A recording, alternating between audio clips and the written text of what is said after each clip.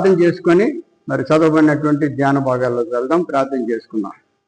పరిశుద్ధుడు అయిన మా తండ్రి, వందనాలు స్తోత్రాలు ప్రభా. గడిచిన దినాలన్నీ కూడా శ్రమ దినముల ఆరాధన కార్యక్రమములను మమ్మల్ని విజయవంతముగా జరిపిస్తున్నటువంటి విధానములకి వందనాలు. ఇదిగో ప్రభా, మరి ఈరోజు నాయన మరి ఈ వాతావరణం బాగులేకపోయినా నీ బిడ్డలు నీ దగ్గరకు వచ్చారు అంటే మీరు పరిశోధిస్తున్నారు కదా ప్రభా. మీరు చేసినటువంటి మేలునికి నన్ను బిడ్డలు స్తుతిస్తారా, స్తుతించరా, విడిచిపెడతారా? ఈ వాతావరణంలో పేరు పెట్టుకుని నన్ను విడిచిపెడతారా అని మీరు గమనిస్తున్నారేమో. నాయనా, మేమైతే మాత్రం నేను విడిచిపెట్టకుండా నీ కృపలో మమ్మల్ని భద్రపడుతుంది. నీవు కాపాడగలిగినటువంటి దేవుడు, మమ్మల్ని రక్షించగలిగినటువంటి దేవుడు, మమ్మల్ని తండ్రి పోషించగలిగినటువంటి దేవుడు, మమ్మల్ని సంతోషపరచగలిగినటువంటి దేవుడు అయినటువంటి మా దేవ, నిన్ను విడిచిపెట్టకుండా ఎటువంటి అపవాది కలతలకు మేము లోనవ్వకుండా నీ పరిశుద్ధమైనటువంటి క్రమములో మమ్మల్ని నడిపించుకున్నటకు మాకు జ్ఞానము, శక్తిని, అనుకూల పరిస్థితులను దయచేయమని ప్రార్థిస్తున్నాం. ఇదిగా నాయన నీ బిడ్డలు వచ్చారు ప్రభా. ఎంత వాతావరణం బాగులేకపోయినా వాటిని తోసేసి వచ్చేసారు కనుక ప్రభా మీరు గమనించండి. వచ్చినటువంటి బిడ్డలకు 1000 గంతులు ఆశీర్వాదం నింపుదలు దయచేస్తారని నమ్ముకుంటున్నాం. రాలేనటువంటి వారు కూడా త్వరగా వచ్చేటకు సహాయం చేయండి నాయన. ఇంకా బలహీనులుగా రాలేనటువంటి వారిని ఆశీర్వదించమని ప్రార్థిస్తున్నాం. ఇంకొక సమయంలో వచ్చేటకు సహాయం చేయండి. ఇప్పుడు నాయన ఈ లైవ్లో చూస్తున్నటువంటి బిడ్డలను కూడా నీ గుప్పెట్లో భద్రపరచండి. వారి కుటుంబాలను నాకు దీవించండి నాయన. ఏ యొక్క ఆటంకములు వారికి లేకుండా, ఏ యొక్క అపవాది కలతలు లేకుండా నీ మాటలు ఆలకించుటకు నాయన మరి అపవాది అక్కడ కలతలు పెడుతుంది.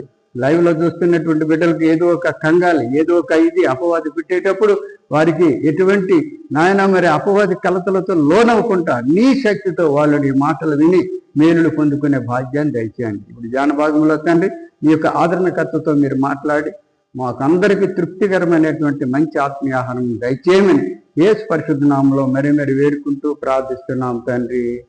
ఆమేన్. దేవునికి స్తోత్రం కలుగును గాక. ప్రేమైనటువంటి దేవుని బిడ్డలారా, ఏది ఏమైనా శక్తి కలిగినటువంటి వాడు మన దేవుడు. మన దేవుడు ఎటువంటి వాడు? శక్తి కలిగినటువంటి వాడు, మనలను బలపరచగలిగినటువంటి వాడు, మనలను కాపాడగలిగినటువంటి వాడు మన దేవుడు. కనుక రాజ్యం ఎవరి స్వాధీనంలో ఉంది? దేవుని స్వాధీనంలో ఉంది. ప్రపంచం ఎవరి స్వాధీనంలో ఉంది? ప్రపంచం ఏంటంటే భూమండలం అంతా కూడా. ఈ భూమి మీద ప్రపంచాలు, రాజ్యాలు, ఇంకా రకరకాలైనటువంటివన్నీ కూడా తయారయ్యాయి. ఈ తయారైనవన్నీ కూడా దేవునివే. ఏది కూడాను ప్రజల సొత్తు కాదు, ప్రజలు సంపాదించింది మాత్రము కానే కాదు. అంత దేవుడి సంపాదనే, మనతో సహా దేవుని సంపాదనే. దేవునికి స్తోత్రం. ఇక్కడ అందుకని ఉత్తర ప్రత్యుత్తరాల్లో 93 కీర్తనలో చెప్తున్నాడు, యెహోవా ఏం చేయుచున్నాడండి? రాజ్య పరిపాలన చేయుచున్నాడు. ప్రభావమును ఆయన వస్త్రముగా ధరించి ఉన్నాడు. యెహోవా బలము ధరించి బలముతో నడుము కట్టుకుని ఉన్నాడు. కదలకుండునట్లు భూలోకము స్థిరపరచబడి ఉన్నది. దేవునికి స్తోత్రం. అటువంటి విషయంలో దేవుడు మనకు సహాయం చేయలేడా? మనకు చిన్న చిన్న ఆపదల్లోనో లేకుంటే అవసరతల్లోనో మనం ప్రార్థించేసరికి మనకు సహాయములు కలుగుతాయి. కలిగేటప్పుడు మనము ఏం చేస్తున్నామంటే అనుభవించినటువంటి విధానమును బట్టి ఆయన ప్రేమను కూడా మనం అర్థం చేసుకోవాల్సినటువంటి అవసరత ఎంతైనా ఉంది. ఆయన ప్రేమను అర్థం చేసుకోవటమే కాదు, మనకు మరి ఆ అపవాది కలతలు ఎన్నొచ్చినప్పటికీ కూడా మనము దేవుని యొక్క ప్రేమను విడిచిపెట్టకూడదు. దేవుని యొక్క ఆ మనసును బాధ పెట్టకూడదు. అనేక మంది దేవుని మనసును బాధ పెట్టినటువంటి వారు ఉన్నారు. మీరు కాదు, వచ్చినటువంటి వారందరూ కూడా ఇప్పుడు మిమ్మల్ని చూస్తే దేవుడు సంతోషిస్తున్నాడు. దేవునికి స్తోత్రం.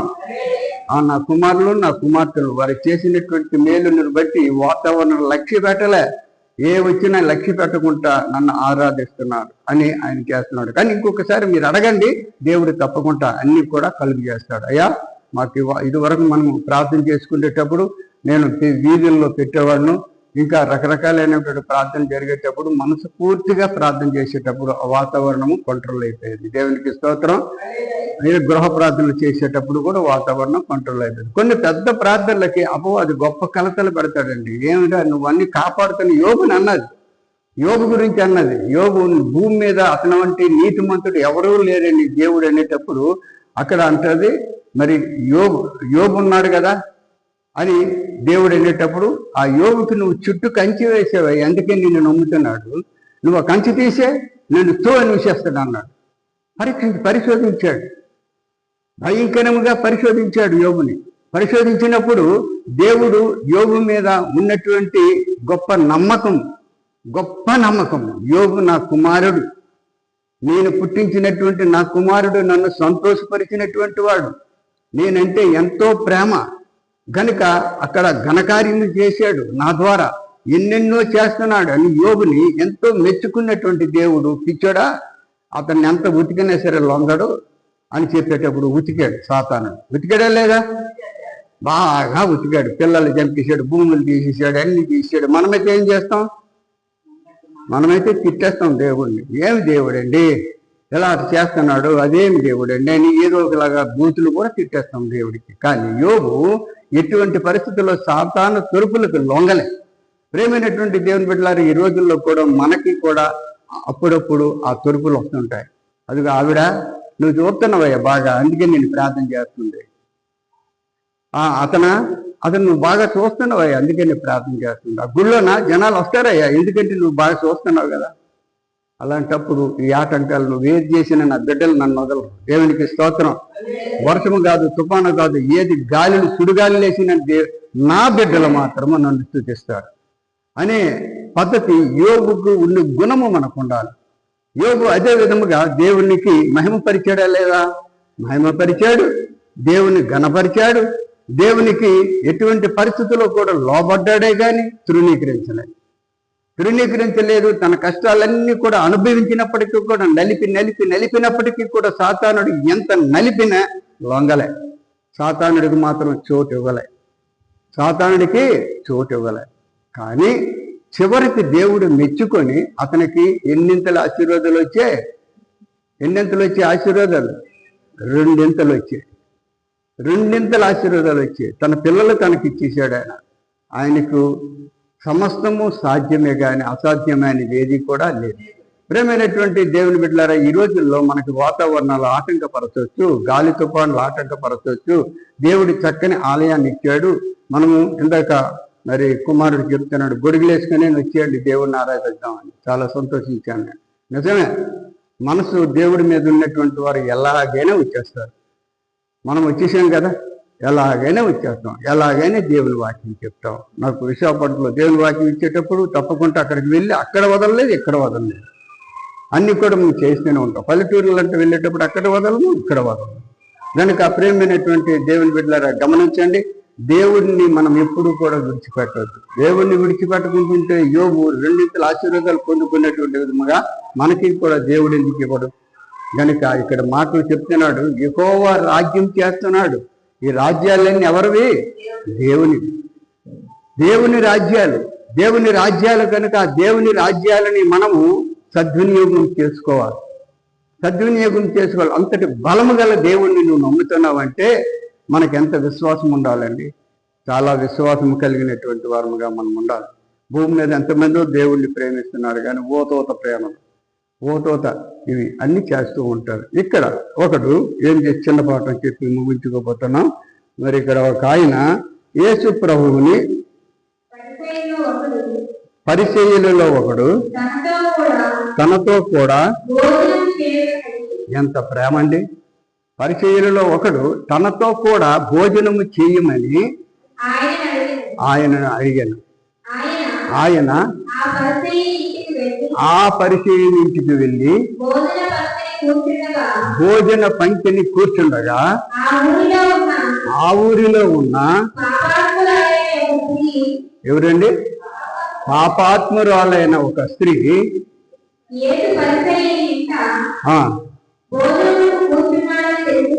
యేసు పరిచర్యల ఇంట భోజనమునకు కూర్చున్నాడని తెలుసుకొని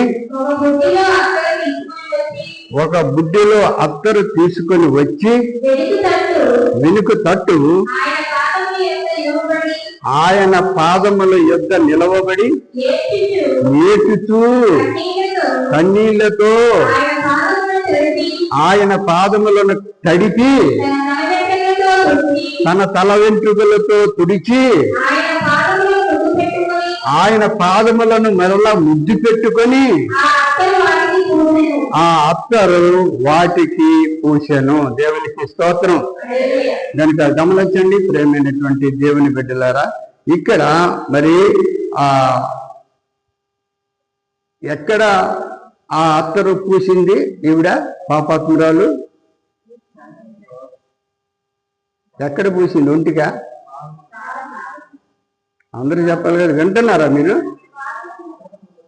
పాదములకు పోసిన కన్నీటితో ముందు ఇచ్చేసి ఒత్తి తన తల వెంట్రుకలతో ఒత్తి, అందుకే నేను ఎన్నిసార్లు పాఠం చెప్తుంటాను, నీ కంఠస్థం రావాలని.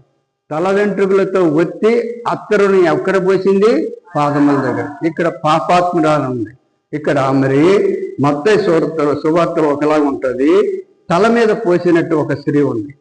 ఆమె పాపాత్మురాలు అని రాయబడలేదు, కానీ మత్తయి రాశాడు తల మీద ఒక స్త్రీ అత్తర పోసింది. తర్వాత మరి ఇక్కడ ఉన్నటువంటి మార్కు సువార్తలో కూడా ఒక స్త్రీ అని ఉంది, పాపాత్మురాలు అని లేదు. ఆ స్త్రీ కూడా తల మీద అత్తర పోసింది. మరి ఇక్కడైతే మరి యోహాను సువార్తలోన మరి ఉన్నటువంటి మాటలు, అద్భుతమైనటువంటి మాటలు. మరి ఆ సువాసన ఎటువంటిదండి? మంచి సువాసన కలిగినటువంటిది. ఆ అత్తరు ఎటువంటిది? సువాసన కలిగినటువంటిది. ఎంత దూరమైనా చక్కగా వాసన వేస్తుంది. కానీ ఇక్కడ యోహాను సువార్తలో పబ్లిక్గా ఉందండి. యోహాను సువార్తలో మీరు చూసినట్లయితే, చదువుకున్న వాళ్ళు చూసుకుని 12వ అధ్యాయము మరి 1-8 వరకు చూస్తే అత్తరు పూసినటువంటి స్త్రీ ఎవరో తెలుసా? మరియా అని ఉంటుంది, పాపాత్మురాలని అక్కడ ఉండదు. గనుక యేసు ప్రభువు ఎంతో అద్భుతముగా ఈ యొక్క స్త్రీల యొక్క ధన్యతను పొందుకున్నాడు. ఆమె ఇక్కడ భోజనకం పిలిచినటువంటి వాడు ఎవరు? ఒక పరిసయ్యుడు. భోజనానికి పిలిచాడు, తనతో కూర్చోవాలని ఎంత ప్రేమ చూపెట్టాడండి, ఎంత ఇదేండి. తనతో కూర్చొని భోజనం చేస్తే ఎంత ధన్యత. దేవుడు మనతో కూర్చోగలడండి, అయినా సరే ఆయన లోపడ్డాడు. అబ్బా ఎంత ప్రేమ ఉంది, ఎంత మంచోడు, ఇతనితో నేను కూర్చొని భోజనం చేయమంటున్నాడు. ఆయనకి తెలుసండి, హృదయ రహస్యాలు ఎరిగినటువంటి వాడు. ఆయనకి తెలుసు మనం ప్రార్థన చేసేటప్పుడు ఆత్మతో ఎంతమంది ప్రార్థన చేస్తున్నారు, పెదవులతో ఎంతమంది మాట్లాడుతున్నారు, హృదయంతో ఎంతమంది గ్రహిస్తున్నారు. ఇప్పుడు ఆలకించినటువంటి మీకందరికీ కూడా ఎంతమంది వింటున్నారు? అక్కడ నోరు అరిచినట్టు గట్టిగా హృదయంతో చెబుతున్నటువంటి మాటలు ఎంతమంది అంటున్నారు అని ఇప్పుడు చూస్తూనే ఉంటాడు దేవుడు. అక్కడ పరిచయుడు భోజనానికి పిలిచాడని గొప్పలే, లేదంటే గొప్ప అయిపోలే, నాకు భోజనం మంచి వంటలు పెట్టి పెడతాడని యేసయ్య ఏమీ ఇవ్వలే. ఆయనకు బోల్డ్ ఇచ్చింది ఎవరో యేసయ్యే. అతనికి సమస్త ఐశ్వర్యాలు, సమస్త భోజనం అన్ని కూడా ఇచ్చినటువంటి వారు ఎవరండి? యేసయ్యే. యేసయ్యే ఇచ్చాడు. ఆకలితో ఉన్నటువంటి వారిని ఉండనివాడు. పుష్కరమైనటువంటి గృహాలలో సమృద్ధి అయినటువంటివన్నీ కూడా సమకూర్చుతున్నారంటే యేసయ్యే. అది మన స్వసిద్ధమైనటువంటిది కాదు, మన బలముతో కూడుకున్నటువంటిది కాదు. కానీ పరిశీలిస్తాడు, నీకు సమస్తము ఇస్తాడు, కానీ పరిశీలిస్తాడు, పరీక్షిస్తాడు.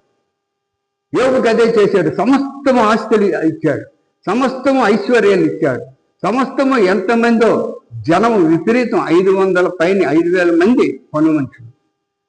500 మంది పని మనుషులు అంటే ఎంత భూమి ఉంటుందండి, ఎంత 500 జతల ఎడ్లు అంటే ఎంత భూమి ఉంటుంది చూడండి, ఒకసారి ఆలోచించాలి. మన కర్ణం గారి కట్ట కాకి తిరిగినంత భూమి ఉండేది అని నాకు చెప్పేవాళ్ళం పెద్దలు, మా మామలు, మా చిన్నాన్నలు, తండ్రులు. కర్ణం గారిది నాయన అల్లా చెరువు కర్ణం గారిది, ఈ చెరువు కర్ణం గారి చెరువేనా ఉంటుంది, ఆ చెరువు చుట్టూ కూడా చూస్తే కాకి తిరిగినంత భూమి ఉందని ఆయన అని చెప్పాడు. ఇప్పుడు ఏమీ లేదనుకోండి ప్రియులారా. అదేవిధంగా యోగుకి అదే పరిస్థితి. 500 జతల ఎడ్లు, 500 జతల ఆడగాడిదలు, 500 ఒంటులు, ఇవన్నీ 1000 మరి ఒంటులు కలిగినటువంటి ఆస్తిపరుడైనటువంటి బహుజన సమూహముతో పని మనుషులు పెట్టుకున్నటువంటి యోబు ఏమయ్యాడు? మొత్తం నాశనం చేసేసాడు. సాతానుడు శుభ్రంగా కంపు చేసేసాడు. చేసేసినప్పటికీ కూడా యోబు విడిచిపెట్టలే. ఇక్కడ పరిచయుడు భోజనం చెప్పాడు, చెప్పినటువంటి విధానం మంచిదే. కానీ ఆత్మల పరిశోధించినటువంటి వాడు దేవుడు భోజనానికి వచ్చాడు, భోజనం దగ్గర కూర్చున్నాడు. ఆయన ఇంటిలో భోజనానికి కూర్చున్నాడని ఒక స్త్రీ కనుక్కుంది. ఆవిడ ఎటువంటిదండి? పాపాత్మరాలు. ఎటువంటిది? పాపాత్మరాలు. అంటే మరి అక్కడ వారితో గుర్తింపబడింది. ఆ పాపాత్మరాలు అనేటువంటి స్త్రీ యేసు ప్రభువు దగ్గరకు వచ్చి ఏటం ఏంటండి? యేసు ప్రభువుతో తల వెంట్రుకలతో చూడడం ఏంటండి? యేసు ప్రభు పాదాలను ఒకటే ముద్దు పెట్టుకోవడం ఏంటండి? ఒకసారి ఆలోచించండి. పాపాత్మరాలండి, తెలియక చేసినటువంటి పాపాలు ఎన్నో ఉన్నాయి. ఆ పాపాలన్నింటినీ కూడా జ్ఞాపకం చేసుకొని యేసు ప్రభు యొక్క ప్రేమను జ్ఞాపకం చేసుకుంది ఆవిడ. ఎట్లా చేసుకుందంటే, ప్రియులారా వినండి, ఆయన చేసినటువంటి అద్భుతాలు, ఆయన చూపించినటువంటి కనికరాలకి ఈమె లోబడింది. అబ్బా, ఎంత ప్రేమ కలిగినటువంటి వాడు! వాడు చేసిన పాపానికి కళ్ళుపోనాడు, అయినా ఆయన బాగు చేశాడు. ఆడు చేసిన పాపానికి ఇది కాలు చేయబడిపోయింది, అయినా ఆయన బాగు చేశాడు. వారు చేసినటువంటి భయంకరమైనటువంటి అపవిత్రతకు ఆవిడ ఎలాగైపోయింది, రక్తశ్రావణతో పాడైపోయింది, అయినా సరే బాగు చేశాడు. మరి ఈ విధముగా చెప్పుకొని పోతే నానా విధములు అయినటువంటివన్నీ కూడా ఆయన బాగు చేసేటంటే చాలా శక్తిమంతుడు, చాలా శక్తిమంతుడు, చాలా విలువ కలిగినటువంటి వాడు. నిజముగా ఆయన దేవాది దేవుడే, దేవునికి స్తోత్రం అని గమనించి ఇంతటి వారు ఎవరూ లేరు. గనుక ఈయన చూపించినటువంటి ప్రేమ ఎటువంటి, నేనేం చూపించగలను ప్రేమను?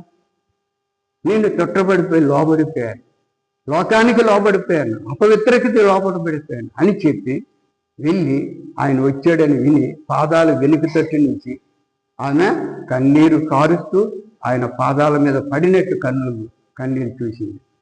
తన తల వెంట్రుకలతో ఆ పాదాలని తుడిచింది. తుడిచిన తర్వాత ఏం చేసిందండి? ఇంకా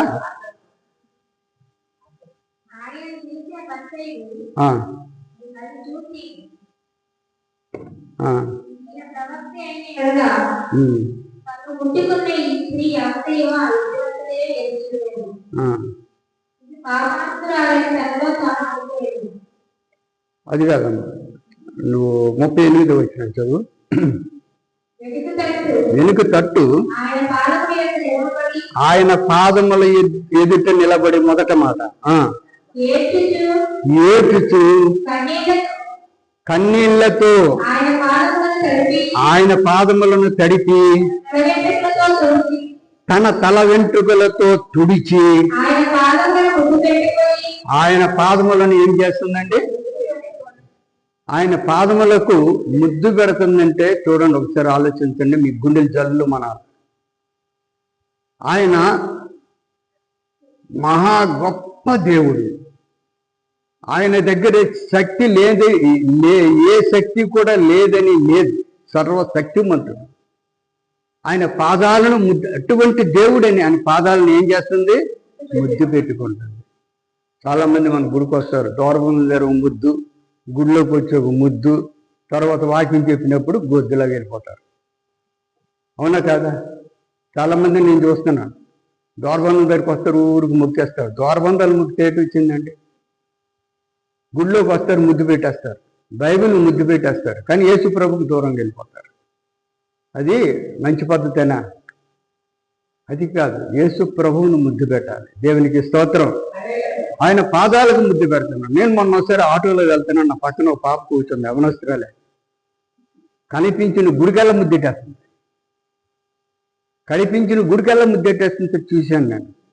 నేను చాలా బాధపడ్డాను. అమ్మా, నీ హృదయంతో దేవుణ్ణి ముద్దు పెట్టడం మానేసి కనిపించినంటే ముద్దు పెట్టేస్తున్నావు. కానీ ప్రియమైనటువంటి దేవుని బిడ్డలారా, కనుక మన బైబిల్ చెప్తుంది, పూర్ణ ఆత్మతో, పూర్ణ శక్తితో, పూర్ణ హృదయముతో, పూర్ణ బలముతో, పూర్ణ నీ యొక్క విశ్వాసముతో దేవుణ్ణి ఆరాధించు. దేవునికి స్తోత్రం. అది ముందు అది ముద్దు. అంతేకాని ఇక్కడ పరిచయుడు పిలిచాడు, పిలిచినటువంటి విధానమును బట్టి గౌరవించాడు. కానీ ఏం చేశాడండి ఇది దేవుడు చెప్పాడు మరి తర్వాత చూద్దాం. ఇక్కడ ఈ స్త్రీ ఆయన పాదాలను తుడిచి శుభ్రం చేసి ముద్దు పెట్టుకొని తర్వాత ఏం చేసింది? అత్తరు పోసిందండి.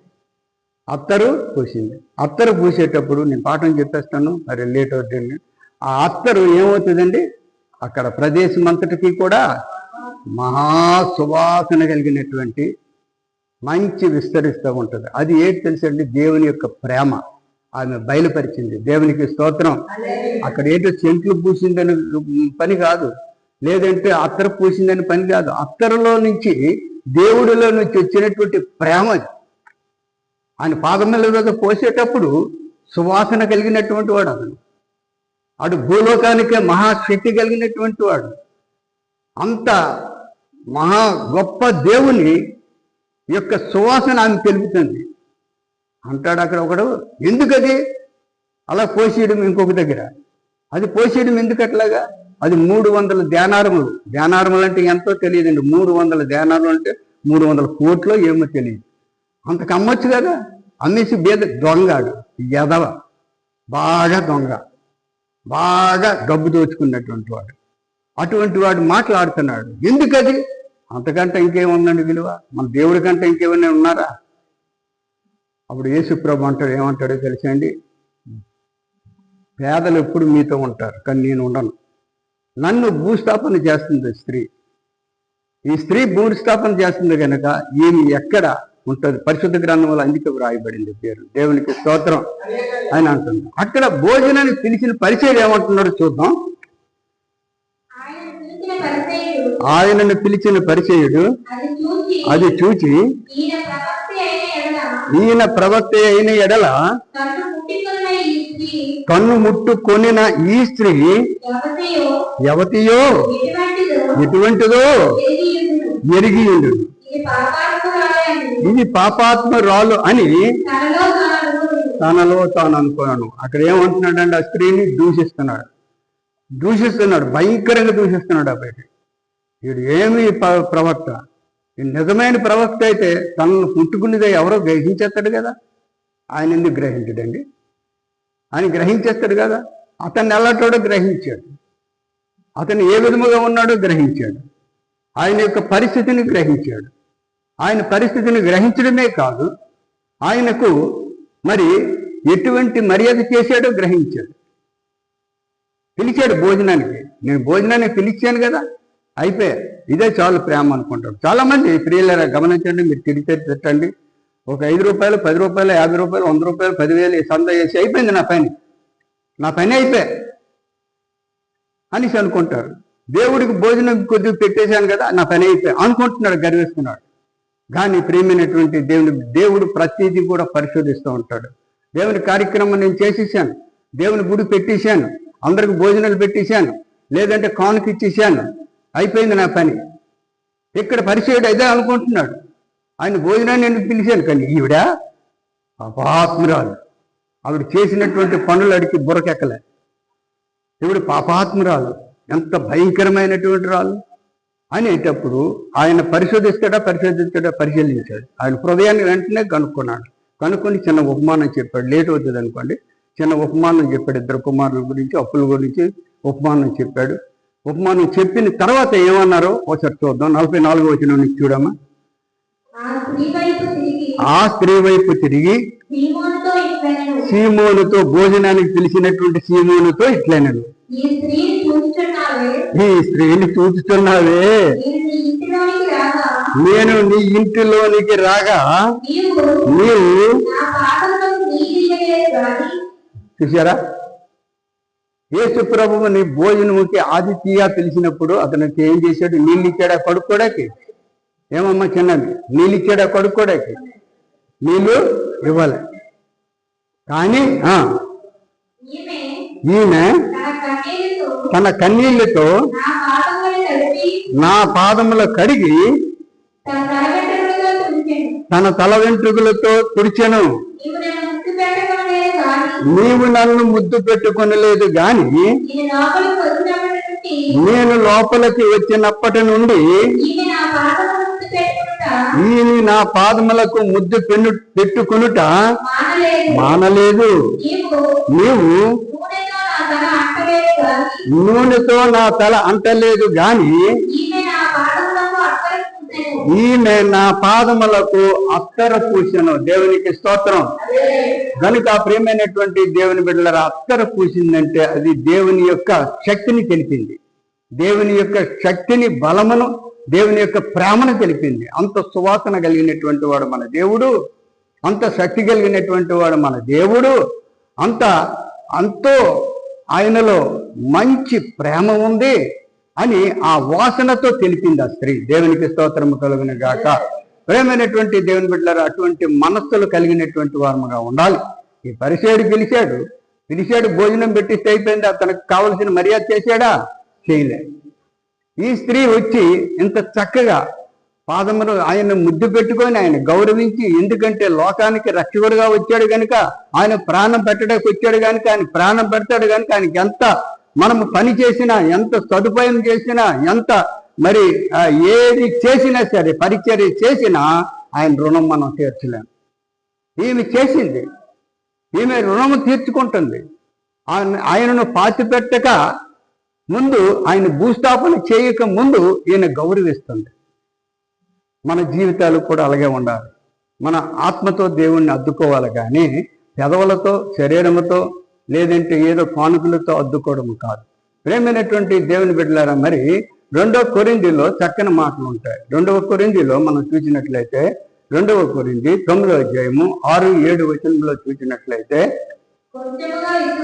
కొంచెముగా విత్తువాడు కొంచెముగా పంట కోయను, సమృద్ధిగా విత్తువాడు సమృద్ధిగా పంట కోయనని ఈ విషయమే చెప్పు. నువ్వు కొంచెముగా విత్తితే కొంచెమే, నీ విశ్వాసము కొంచెమే దేవునికి చూపెడితే నువ్వు కొంచెమే ఆశీర్వాదం పొందుకుంటావు. విస్తారముగా దేవుని ప్రేమిస్తే విస్తారముగా నువ్వు దేవునికి ఆశీర్వాదాలు పొందుకుంటావు. గనుకనే ప్రేమైనటువంటి దేవుని బిడ్డలారా, 7వ వచనం చూస్తే, గనుక సొనగకయు బలవంతముగా కాకయు ప్రతి వారును తన హృదయములో నిశ్చయించు అనుకున్న ప్రకారము ఇయ్యవలెను. దేవుడు ఉత్సాహముగా ఇచ్చేవారిని ప్రేమించును. చూడండి, ఇక్కడికి వచ్చి పరిసేయుడు ఏటి ఇవ్వలేదు, భోజనం పెట్టాడు కానీ ఏటి ఇవ్వలేదు. కానీ ఈ పరిసేయుడి కంటే ఎక్కువ విలువైనటువంటి పేరు ఎవరు పొందుకున్నారు? పాపాత్మురాలైనటువంటి, పేదరాలైనటువంటి స్త్రీయే. 3 దగ్గర రాసి ఉంది.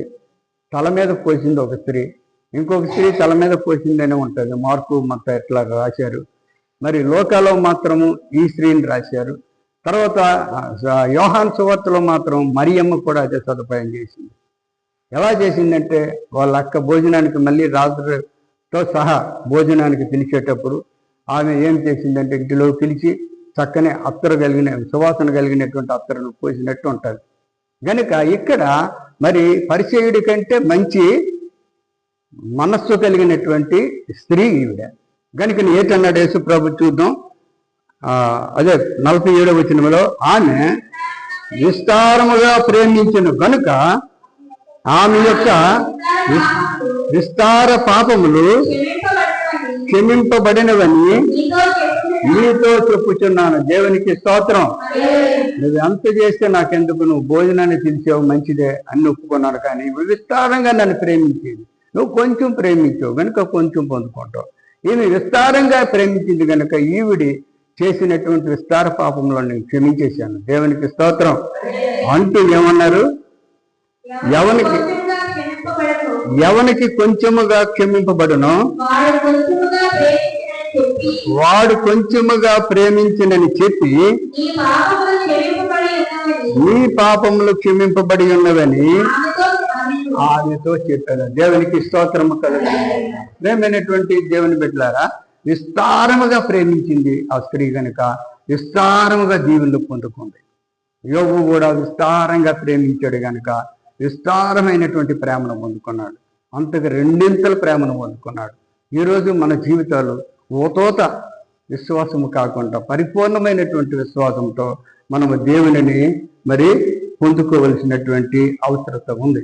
ఇక్కడ రోమాలో చెప్తున్నాడు చివరి మాటలు, రోమా 3వ అధ్యాయము 10-11 వచనాలు చూస్తే, ఇందును గూర్చి వ్రాయబడినది ఏమనగా, నీతిమంతుడు లేడు, ఒక్కడను లేడు, గ్రహించువారు ఎవరను లేరు, దేవుని వెతకువారు కలరేమని దేవుడు ప్రతి మనిషిని పరిశోధిస్తున్నారు. మంచిదే, అటువంటి వెతికినటువంటి వారు మీరున్నారు కనుక ధన్యులే. అక్కడ ఆ పాపాత్మరాలు అనబడినటువంటి స్త్రీ ఆశీర్వదించినటువంటి దేవుడు మనల్ని ఎందుకు ఆశీర్వదించాడు? తప్పకుండా ఆశీర్వదిస్తాడు. కానీ మన యొక్క హృదయాలను దేవుడు పరిశోధిస్తూ ఉంటాడు. ప్రేమైనటువంటి దేవుని బిడ్డలారా గమనించండి, ఇక్కడ మరి మరియమ్మ కూడా యోహాను సువార్తలో చాలా గౌరవం చేసినట్టు మనం చూడగలుగుతాం. యోహాను సువార్తలో మరి 12వ అధ్యాయంలో 1-8 వరకు మనం చూసుకున్నట్లయితే అక్కడ మరియ కూడా చాలా గౌరవిస్తుంది. కాబట్టి యేసు తాను మృతులలో నుండి లేచిన లాజరు ఉన్న బేతనీయకు పస్కా పండుగకు దినము ముందుగా వచ్చెను. అక్కడ వారు ఆయనకు విందు చేసిరి. ఎవరు చేశారు? అక్కడ మార్తా వాళ్ళు విందు చేసిరి. మార్తా ఉపచారము చేస్తుండెను. లాజరు ఆయనతో కూడా భోజనములకు కూర్చున్న వారిలో ఒకడు. అప్పుడు మరియా మిక్కిలి విలువ గల, ఇక్కడ మరీ గౌరవించింది, మిక్కిలి విలువ గల జటమాంసిక అత్తరు 1 సేరున్నర ఎత్తు తీసుకొని యేసు పాదములకు పూసి తన తల వెంట్రుకలతో ఆయన పాదములు తుడిచెను. ఇల్లు ఆ అత్తరు వాసనతో నిండెను. ఆయన శిష్యులలో ఒకడు, అనగా ఆయనను అప్పగింపనై ఉన్న ఇస్కరియోతు యోధ, ఈ అత్తరెందుకు 300 దేనారములకు అన్ని బీదలకు ఇయ్యలేదనను. వాడిలాగూ చెప్పినది బీదల మీద శ్రద్ధ కలిగి కాదు గాని వాడు దొంగ అయి ఉండేను. ఇటువంటి వారిగా మనం ఉండకూడదు. చాలా మంది దేవుడికి కానుకలు ఇస్తారు, దేవునికి మొక్కుతారు, ఏదో ఒకటి స్వాధీనం చేసుకుందాం అని. వీడి దగ్గర దొంగ, వీడి దగ్గర రేటు ఉందండి, డబ్బు సెన్స్ ఉంది. అక్కడ ఎత్తబడినటువంటి కానుకంతా యేసుప్రభు వారికి ఇస్తున్నారు కనుక ఆడికి ఏంటంటే లోకాశతో ఉన్నాడు. కొంతమంది దేవుని లోకాశలతో ఆరాధిస్తారు. నాకేదో దేవుడు ఆశీర్వదిస్తాడు కదా, ఏదో నాకు ఇది చేస్తాడు కదా అన్నట్టు చేస్తారే కానీ మనస్ఫూర్తిగా దేవునికి మనసును ఇచ్చేవాళ్ళు చాలా తక్కువ మంది. కనుక ప్రేమైనటువంటి దేవుని బిడ్డలారా గమనించండి, ఎటువంటి పరిస్థితుల్లో కూడా ఇక్కడ మరి అత్త జటమాంసం ఆయన యొక్క శక్తిని తెలిపింది మరియా. ఆయన శక్తిని తెలిపింది ఈ స్త్రీ, ఆయన శక్తిని తెలిపింది ఇంకొక స్త్రీ. ఆయన తల మీద అత్తరు పోల్చినటువంటి స్త్రీలు ఉన్నారు కనుక ఆయన చెప్తాడు. ఎందుకు అని చెప్పేటప్పుడు ఇక్కడ చూడండి, యోగా చెప్పిన మాటలకు బట్టి మరి 7వ మాట చూస్తే, కాబట్టి యేసు నన్ను పాతిపెట్టు దినమునకు ఆమె దీన్ని ఉంచుకొననియుడి. నన్ను పాతిపెట్టినటువంటి దినము కొరకు ఆమెను దీనిని ఉంచుకొననియుడి. బేదలు ఎల్లప్పుడూ మీతో కూడా ఉండరు గాని నేను ఎల్లప్పుడూ మీతో ఉండను. ముందే యేసుప్రభు వారు అటువంటి చక్కనైనటువంటి మరి అర్థం చెప్పారు. నన్ను పాతిపెట్టుటకు ముందు ఈవిడ నన్ను ఈ విధముగా గౌరవిస్తుంది. అంటే ఈ లోకానికే సువాసన కలిగినటువంటి వాడు మన దేవుడు. దేవునికి స్తోత్రం. ఈ లోకములో ఉన్నటువంటి ప్రతి ఒక్కరిని కూడా కాపాడగలిగినటువంటి వాడు మన దేవుడు. ఈ లోకములో కష్టములో ఉన్నటువంటి వారిని అందరిని కూడా కాపాడగలిగినటువంటి వాడు దేవుడు. ఈ లోకములో బెదిరిపోతూ నానా విధములైనటువంటి వ్యాధులతో బాధపడుతున్నటువంటి వారిని కాపాడగలిగినటువంటి మన దేవుడు. అంత సువాసన కలిగినటువంటి దేవుడని ఈ స్త్రీ బయలుపరిచింది. భూలోకములో ఎవరు కూడా అటువంటి వారు లేరు. దేవతలు అన్నటువంటి వారు, దేవుళ్ళు అన్నటువంటి వారు ఉండొచ్చు అనేక మంది. కానీ ఇటువంటి పరిస్థితుల్లో దేవుడు ఒక్కడే సువాసన కలిగినటువంటి వాడు. ఆయనే పరమరక్షకుడు, ఆయనే శక్తి కలిగినటువంటి వాడు, ఆయనే మనకు ఏదైనా చర్య చేయగలిగినటువంటి వాడు. కనుక ఇక్కడ పరిచయుల్లాగా ఓటోతుగా మనం ఉండకూడదు. సంపూర్ణమైనటువంటి ఈ స్త్రీ వలె ఉండాలి. ఆత్మనంతా ఇచ్చి ఆత్మనంతా ఇవ్వడమే కాక దేవుని యొక్క శక్తిని ప్రచారం చేసింది. అది సువాసన కలిగినటువంటి సువార్త. అందుకే ఆయన అన్నాడు, నన్ను పాతి పెట్టుకున్నటకు ముందు ఈ విధముగా చేసింది ఆవిడ నన్ను అన్నాడు. ఇంకొక దగ్గర ఉంటుంది, అదే మార్కులో మత్తయిలో లోకాలో యోహాలో వ్రాసినటువంటి మాటలు బట్టి ఇంకో దగ్గర ఉంటుంది. ఆమె ఎక్కడ ఈ మాటలు ఉంటాయో ఆమె సువార్త అంతా కూడా ప్రకటింపబడుతుంది అని రాయబడి ఉంది. దేవునికి స్తోత్రం. కనుక ప్రియమైనటువంటి దేవుని బిడ్డలారా, అట్టి విధమైనటువంటి మనస్సుతో మనం దేవుణ్ణి ఆరాధిద్దాం. ఎటువంటి పరిస్థితుల్లో కూడా దేవునికి మహిమకరముగా ఉందాం. దేవుడు ఎంతో అద్భుతమైనటువంటి దేవుడు. మీలో ఉన్నారు చాలా మంది విశ్వాసంతో దేవుణ్ణి ఆదరిస్తారు, విశ్వాసంతో దేవుని యొక్క ప్రేమను పొందుకున్నటువంటి వారు ఉన్నారు, లేకపోలేదు. కొందరు పెదవులతో స్తుతిస్తూ హృదయాన్ని దూరం పెట్టుకునేటువంటి వారు కూడా ఉన్నారు, లేకపోలేదు. కనుక అటువంటి వారు మారాలనే ఉద్దేశంతోనే దేవుడు ఈరోజు తన ఆదరణకర్తతో ఈ మాటలు ఆడాడు. కనుక ఇటువంటి మాటలను మన హృదయంలో పెట్టుకుని దేవుణ్ణి సంతోషపరుస్తూ మనకు ఈ భూమి మీద వచ్చినటువంటి ప్రతి ప్రమాదమును, హృదయగాయమును, మనకు వచ్చినటువంటి వ్యాధులు, బాధలు అన్నీ కూడా దేవునిపై వేసుకొని ధైర్యంగా ఉండాలని హెచ్చరిస్తూ ఈ కొద్ది మాటలతో ముగిస్తున్నాం. దేవునికి మహిమ కలుగును గాక. ప్రార్థన చేసుకున్నాం. చిన్నది పరిశుద్ధుడైన మా తండ్రి, వందనాలు. ఇంతవరకు తండ్రి మరి కొద్ది మాటలైనా ఇంతటిగా 3 మాటలు అంటారు ప్రభా.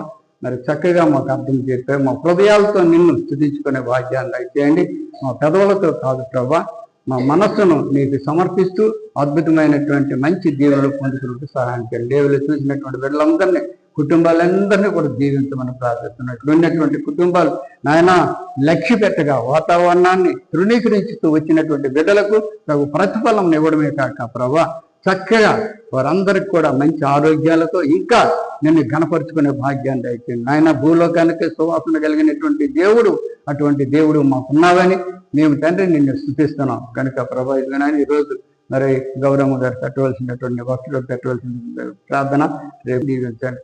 నాయన తన కుటుంబాలన్నింటినీ కూడా ఆశీర్వదించి, ఇక్కడ ఉన్నటువంటి వారి కుటుంబాలన్నింటినీ కూడా పేరు పేరుని ఆశీర్వదించి, రాలేనటువంటి వారు ఇంకో సమయంలో వచ్చేటప్పుడు సహాయం చేయమని, సమస్తం మీరు తోడుగా నుండి ఘనతా ప్రభావం ఆయన పొందుకోమని యేసు పరిశుద్ధ నామములో మరి వేడుకుంటూ ప్రార్థిస్తున్నాం తండ్రి. దేవునికి